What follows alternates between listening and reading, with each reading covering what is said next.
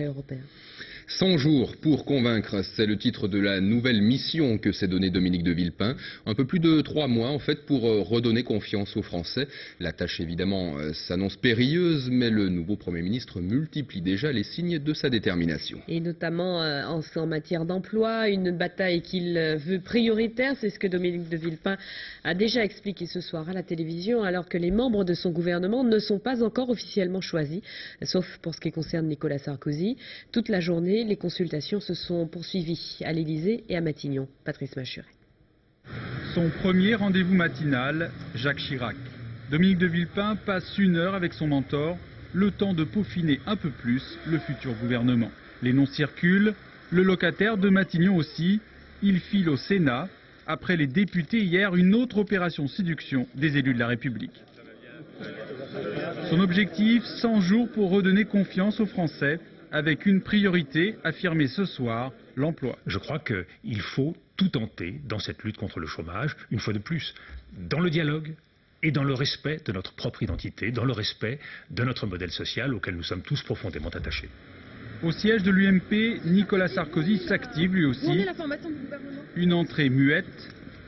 Il réserve commentaires et stratégies au comité exécutif du parti. Juste avant, Roselyne Bachelot le félicite. À la sortie de la réunion d'explication, le message est passé. Nous étions sceptiques, mais on est beaucoup plus convaincus, en tenant compte d'ailleurs du fait que ça sera quand même très difficile au sein d'un gouvernement d'être à la fois, d'avoir sa liberté de parole et de ne pas remettre en cause la solidarité gouvernementale. C'est un exercice nouveau d'avoir finalement 2 premiers ministres. C'est pas tous les jours que la Ve République a 2 premiers ministres. Un gouvernement à 2 têtes, plutôt forte, Dominique de Villepin assume. J'ai une personnalité franche, directe. Nicolas Sarkozy aussi. Quand il y a un problème, nous nous parlons. Et nous réglons les problèmes. Les problèmes sont faits pour être surmontés. C'est donc avec beaucoup de clarté, beaucoup de franchise, mais je le redis, avec cette exigence qui nous dépasse, le service des Français. Sur le terrain, les élus MP espèrent la fin des querelles personnelles et l'arrivée rapide de résultats.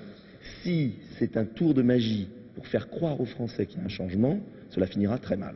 Si au contraire cela porte une nouvelle politique, c'est de bon augure. Aujourd'hui, je suis incapable de vous dire comment interpréter ce tour de magie.